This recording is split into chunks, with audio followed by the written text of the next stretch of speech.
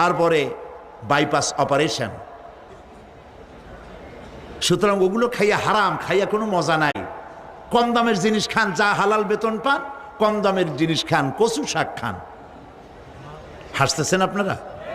আরে ভাই, কচু শাকে 100% ক্যালোরি। কচু শাক খান বেশি করিয়া।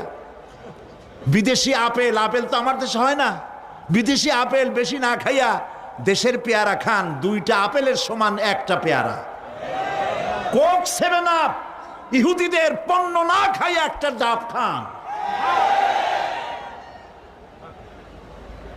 আর বড় সাইজের পাঙ্গাস না খাইয়া চেলা, পুটি, মলা, ডলা, কাসকি, আর কি কয় বলে, কি ময়নাটিয়া, মুল্লা, মলনা সাহায্য করেন আমাকে।